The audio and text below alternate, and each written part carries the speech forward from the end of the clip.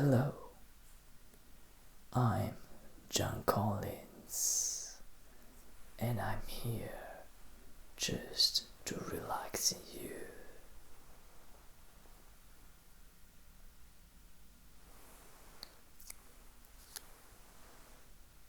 Actually, I bought you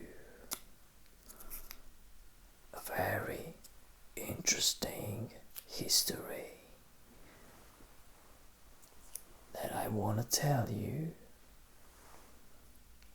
in whispering, obviously.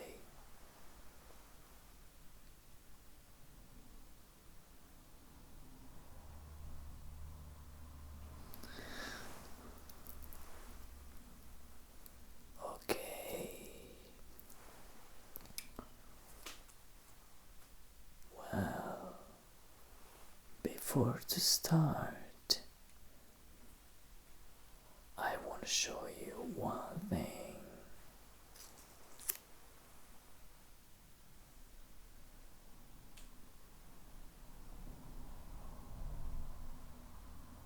This one.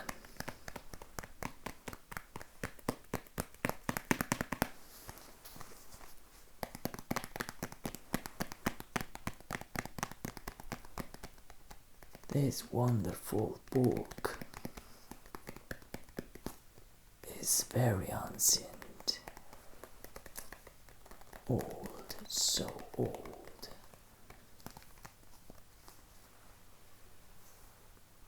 It was published in my century, in 18th century.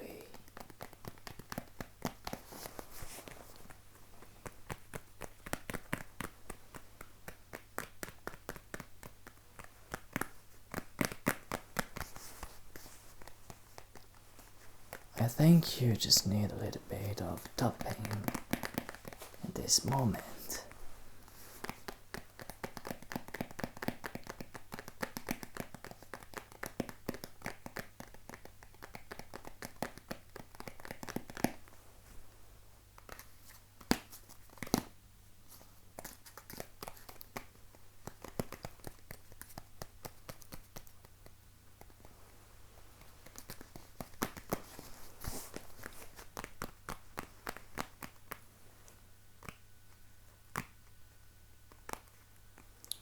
Just chilling out.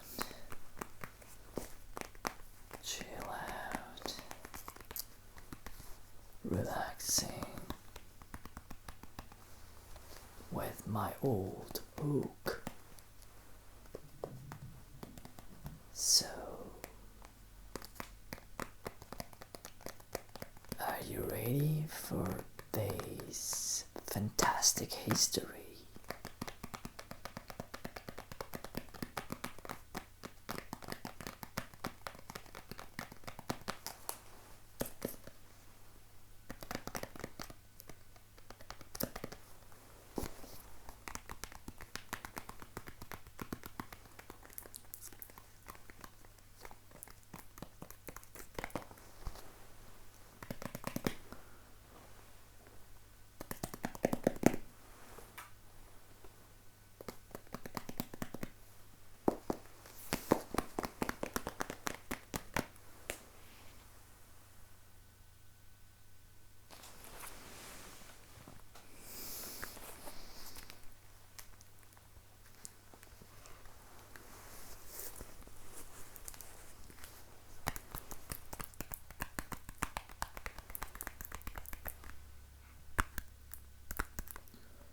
Slow tapping.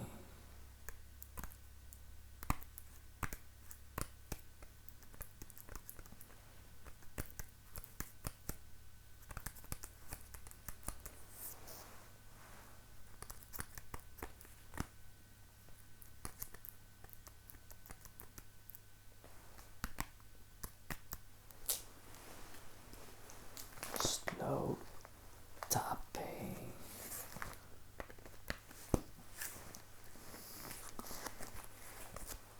Slow tapping.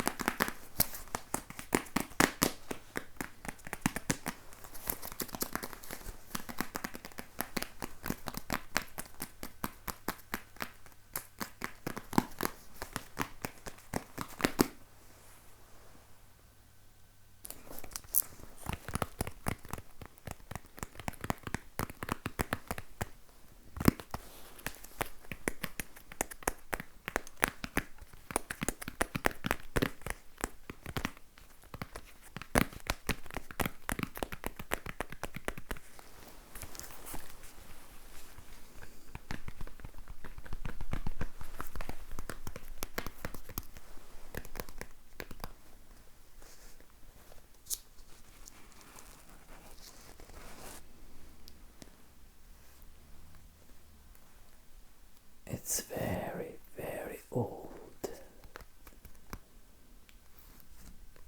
And I think it's very important for me this, because it's my family book.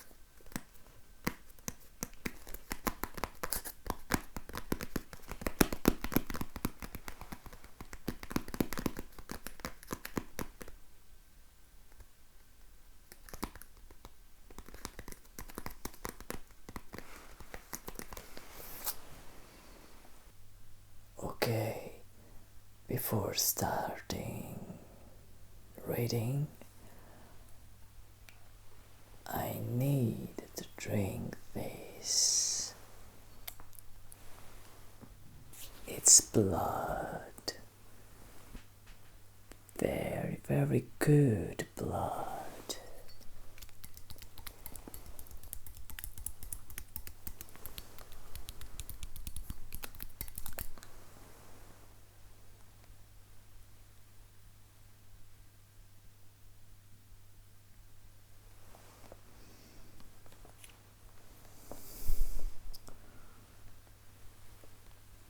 Okay.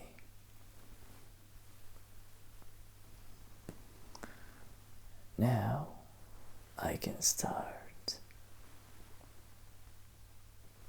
Okay, now we can start this short history. The problem with insomnia was that he was never truly awake. Hours and days passed, and gently decelerated into an uncomfortable Cimmerian haze from which there seems no escape. Is there a reason you aren't sleeping? If I knew, would I be calling you at 4 a.m.? Have you tried sleeping pills? Sleeping pills were a surefire way to make what little sleep he may have enjoyed a living nightmare.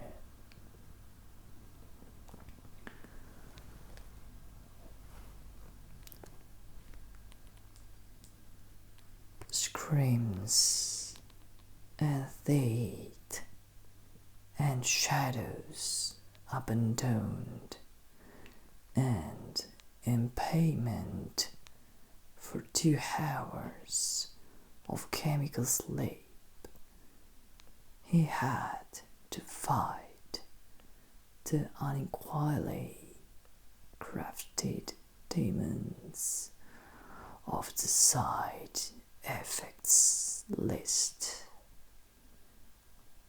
enclosed with the small film-covered tubs.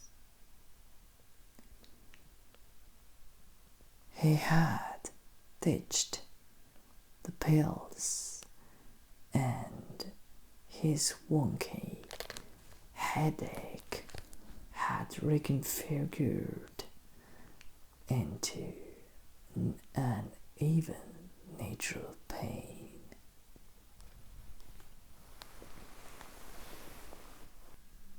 He was no longer haunted by peculiar visions he didn't understand, but instead simply dark shadows which would sidle across his vision at unexplained intervals.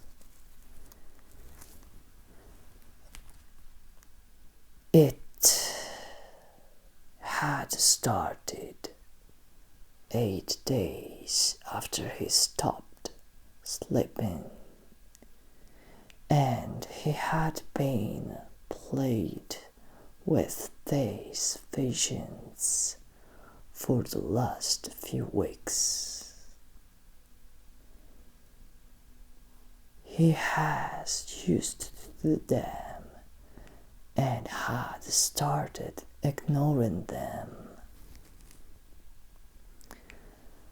They were just another consequence, and they would surely disappear once he fell into the great sleep.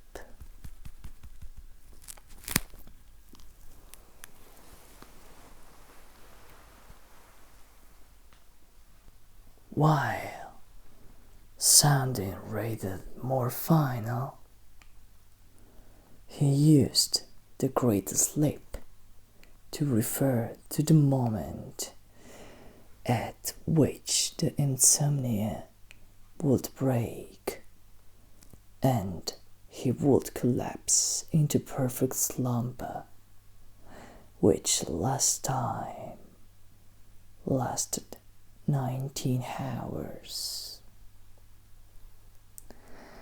He had never had a boat as long as this one, but he was sure it will end in the next week or so.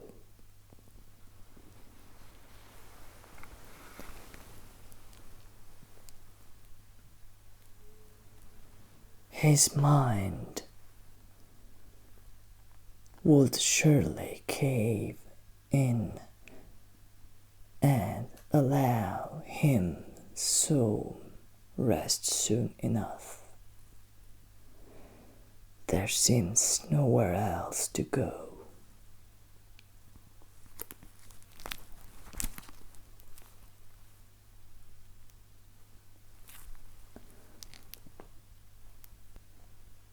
At killing time, he was peerless. He slowed down any necessary task to a remarkable crawl and engaged in a vast range of meaningless activities to while away the endless hours awake. 4 a.m. was approaching, and since midnight he had reread a magazine from last month, watched 6 episodes of Friends, pared his socks, and arranged his fruit in a pile in the style of a still life painting that he might then have drawn if he weren't so physically exhausted and artistically inept.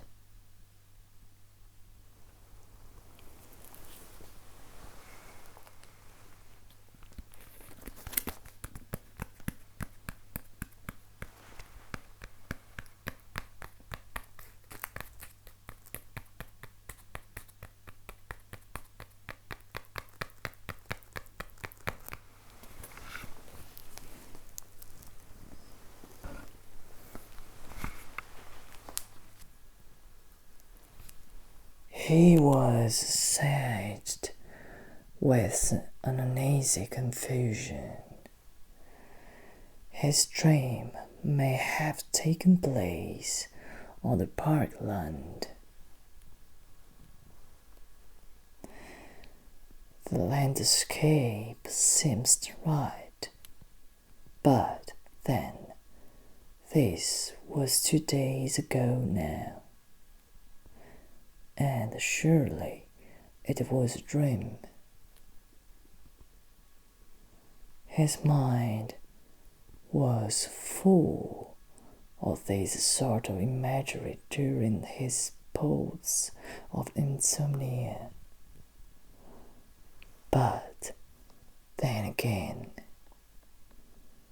what if he was the only witness to a crime?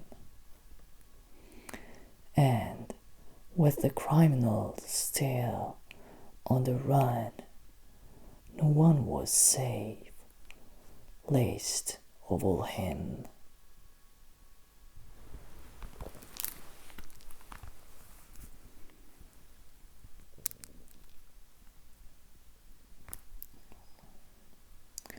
But he had hardly seen the silhouetted figure.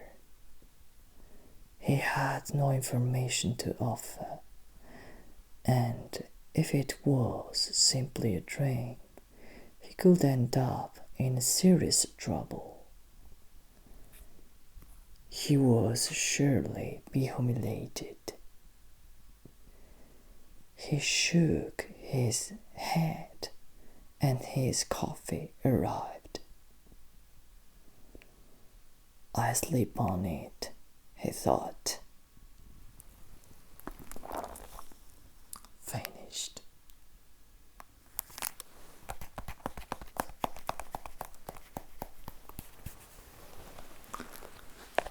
Very well.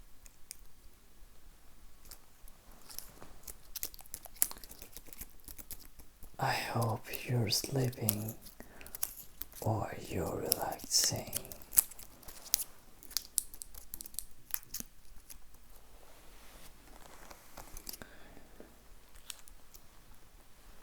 Actually, there are other histories, but perhaps I'm going to read them in the next video. If you're curious, okay? Very well. Now I had to go. It was a pleasure.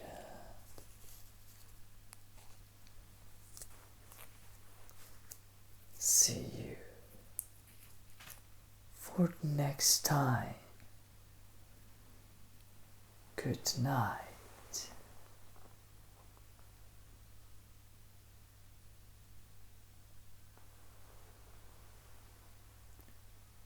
Or good rest.